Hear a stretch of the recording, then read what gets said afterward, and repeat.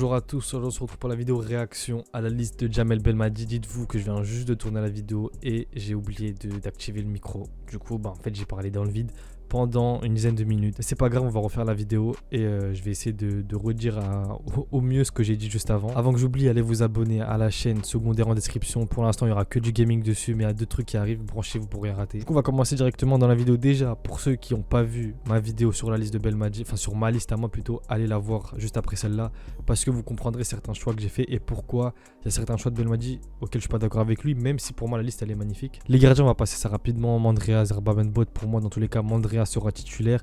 Pour moi, le seul changement qu'on pourra avoir d'ici la CAN, c'est un retour de Mbolhi s'il joue avec son équipe. Du coup, voilà, les gardiens, on passe ça rapidement parce qu'il n'y a pas grand chose à dire. Au niveau des défenseurs, Youssef Attal, Kevin Guitoun, Ait Nouri et Loussif pour les latéraux. Le seul choix un peu, entre guillemets, quand je dis je suis pas d'accord, c'est pas je le critique ou quoi, c'est juste je pense qu'on aura mieux pour la CAN. Et j'ai du mal à voir Loussif être sélectionné pour la CAN au vu des gens, enfin au vu des binationaux et même des joueurs algériens qu'on a qui vont peut-être arriver en sélection. Donc pour moi, Loussif, c'est le seul joueur. Vas-y, je pense qu'on peut faire un petit peu mieux. Au niveau des centraux, Mandji, Tougaï, Ben Sebaini, tout bas. Pareil, tout bas, je trouve que c'est compliqué de le sélectionner parce qu'il joue peu, il joue dans une équipe qui n'est pas du tout en forme. Donc pour moi, tout bas, pareil, c'était un. Après, qu'est-ce qu'on est pauvre, enfin, qu'est-ce qu'on n'est pas bien fourni en termes de centraux en Algérie. Enfin, décidément, la vidéo, j'ai du mal à la filmer parce que la caméra vient juste de s'éteindre pour surchauffe. C'est un truc qu'elle me fait jamais, bon, c'est pas grave. J'en étais à tout bas, je disais que c'était compliqué de le voir jouer en sélection. De toute façon, pour moi, il sera sur le banc parce qu'il joue dans une équipe plus que moyenne et il joue pas tous les matchs en fait. D'ailleurs, j'ai pas trop compris son choix de quitter Başakşehir parce qu'en vrai, ça, c'est un beau club en Turquie. Et il jouait pas mal là-bas. Au milieu de terrain, Rami Zerouki. Pour ceux qui suivent les vidéos, vous savez très bien que je suis pas un grand fan de Zerouki. Mais dans la continuité, dans la logique des choix de Belmadi, je comprends sa sélection. D'ailleurs, Zerouki, j'ai vu son match contre l'Atlético. Très très gros match de sa part. Mais Zerouki, le problème, c'est que moi en sélection, je dis pas qu'il est pas bon club. Mais le problème, c'est qu'en sélection, je sais pas, il y a un problème. Moi, j'ai du mal avec Zerouki en sélection. J'ai l'impression que il a peur, des fois il joue avec la peur, je comprends pas ce qu'il fait, il fait des Zerouki en sélection, j'ai du mal. J'espère qu'il me fera mentir, j'espère qu'il me fera fermer ma bouche, parce que des bons joueurs en sélection, c'est tout ce que je demande. Je suis pas là à taper sur un joueur juste parce que j'aime pas sa coupe de cheveux ou quoi. Non. Moi c'est juste, j'ai du mal à comment je le vois jouer avec la sélection, même si y en a ils disent il fait le travail de l'ombre et tout ça. Pour moi même ça il le fait pas bien. Maintenant, à lui de nous faire fermer nos bouches et à lui de montrer que, en fait, de montrer le Zerouki en club, en sélection, ça serait bien de voir ça. Sofiane Feghouli, est-ce que j'ai vraiment besoin de parler de lui? Pour moi, je suis plus que logique après le rassemblement qu'il te fait contre le Sénégal.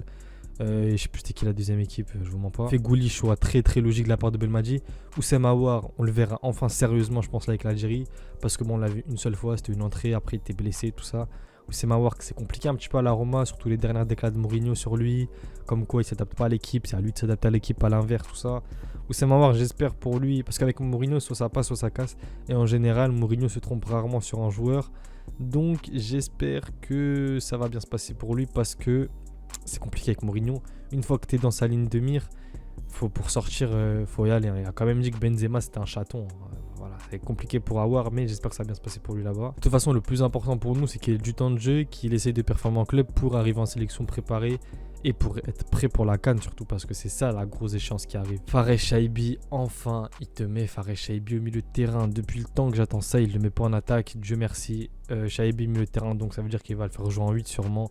C'est tout ce que je demande. Que demande le peuple de plus que Chaibi au milieu de terrain? Pour moi, c'est son meilleur poste. C'est là où Chaibi, en fait, il est le meilleur. Sur l'aile, il peut être bon. Mais pour moi, tu le brides en fait sur l'aile. Chaibi, c'est un milieu de terrain. De toute façon, j'en ai déjà parlé plusieurs fois. J'en ai parlé dans ma précédente vidéo. J'en ai parlé dans plusieurs débriefs. Moi, Chaibi, pour moi, c'est un numéro 8. Moi, numéro 10. Je le vois pas sur l'aile. Et je suis très content que Belmadi l'ait mis dans la liste des milieux de terrain. Ce qui veut dire que sûrement, il va jouer au milieu de terrain. Après, je pense qu'on est sur les 3 remplaçants. Zorgan, Kadri, Boudaoui. Pas grand chose à dire sur les 3. Zorgan, souvent décevant avec l'équipe nationale. Kadri qui peut gratter une place dans ce milieu de terrain. Et Boudaoui qui est souvent, on va pas se mentir, hein, avec tout le respect qu'on a pour Djamel, je trouve que Boudaoui des fois il est mal utilisé un petit peu. Par exemple l'année dernière à Nice, j'aurais aimé qu'on l'utilise comme l'utilisait le coach de Nice, Didier Digard à l'époque. D'ailleurs cette année à Nice c'est compliqué pour Boudaoui qui joue quasiment pas, tout le temps remplaçant. De toute façon les Algériens cette année c'est compliqué à Nice, à part Attal qui arrive un peu à sortir son épingle du jeu.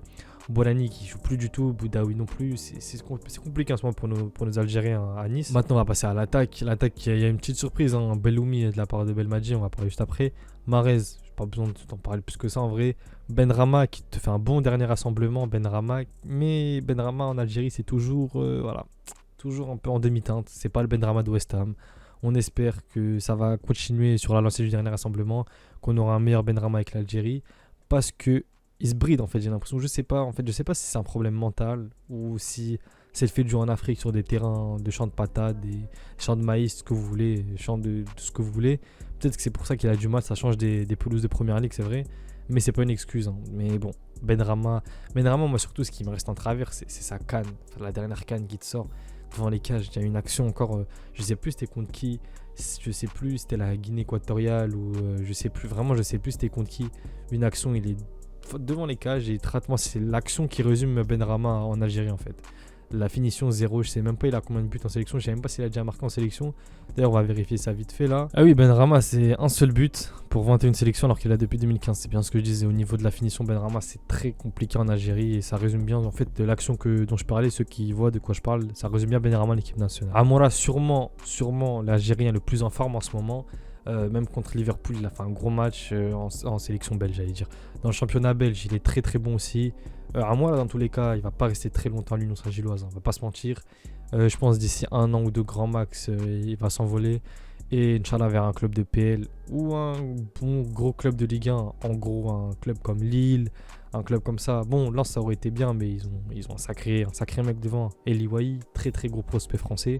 En tout cas Amoura pour moi c'est l'Algérien le plus en forme en ce moment, avec Ben Sebaini peut-être.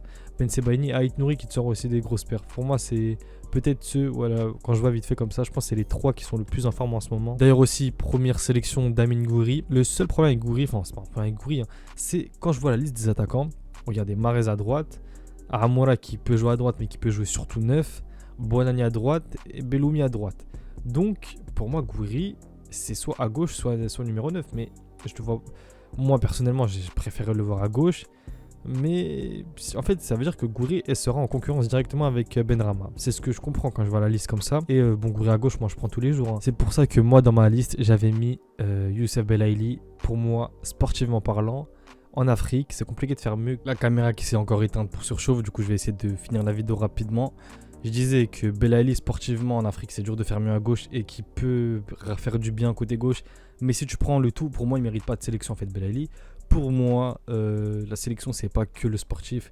Il y a aussi certains comportements, un certain professionnalisme à avoir pour être en sélection. Ce que Belaïli n'a pas du tout, hein. Que ce soit avec Ajaccio, avec Brest, tout le temps il y a des... Vous connaissez Belaïli, ça date pas d'aujourd'hui, même quand tu reviens quelques années en arrière avec sa suspension, Belaïli, voilà, c'est un talent gâché pour moi. Après, on a Bouanani, pour moi, son choix très logique, même s'il joue pas avec Nice, encore une fois, référez-vous à la dernière vidéo où j'explique tout en détail, elle dure beaucoup plus longtemps que celle-là. Pour moi, Bouanani, c'est un choix logique.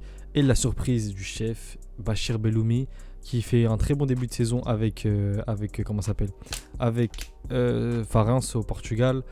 Pour moi, c'est un choix audacieux de Belmadi juste avant la CAN, mais j'espère que c'est un pari qui va payer parce que à gauche, vous voyez que c'est compliqué encore une fois.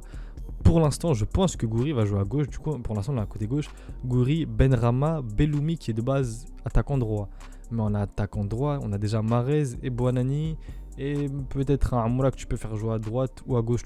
Après Amoura, tu le déplaces où tu veux en vrai, à gauche, buteur ou à droite, il peut jouer les 3. Moi, je trouve ce que je veux voir, c'est comment Belmadi va animer cette attaque et les joueurs seront placés où, parce que c'est un sacré casse-tête, mais c'est des problèmes de riches. Et pour finir, Chir Slimani, qui déçoit rarement en équipe nationale. Je ne sais pas s'il sera titulaire pour ce rassemblement, je ne sais pas s'il sera titulaire pour la CAN, parce que Belmadi quand même, Slimani quand même, ça se fait vieux. Mais en tant qu'entrant, en tant que titulaire, je sais pas. Vraiment, je sais pas. Moi, pour un match comme l'Égypte, je pense que je mets Belmadi, j'ai du mal, hein. Je mets Slimani titulaire pour toute son expérience et tout. Et après, tu fais rentrer un Amoura vers la 60e et t'éteins la défense adverse. Mais Amoura, il faut bien qu'un jour aussi, il s'instaure en tant que numéro 9. Et le problème, c'est que si tu ne le mets jamais titulaire, il ne pourra pas s'instaurer en tant que numéro 9, hein. Du coup, c'est des problèmes de riches. À voir ce que Belmadi fera. Dans tous les cas, on a confiance en lui. Moi, en tout cas, j'ai confiance en lui. La liste, elle est magnifique, faut dire la vérité. Bon, je chipote un peu sur 2-3 choix, mais si on parle objectivement, la liste, elle est magnifique. Et sachant qu'il manque encore quelques joueurs, hein. Benasser, il manque. Bentaleb, il manque. Des mecs comme Laroussi, il manque. Il y a pas mal de joueurs qui peuvent venir peaufiner cette équipe, cet effectif encore pour la fin. Du coup, dites-moi ce que vous avez pensé de cette liste. Comme j'ai dit, pour moi, elle est magnifique. On se retrouve pour une prochaine vidéo. À plus, les mecs.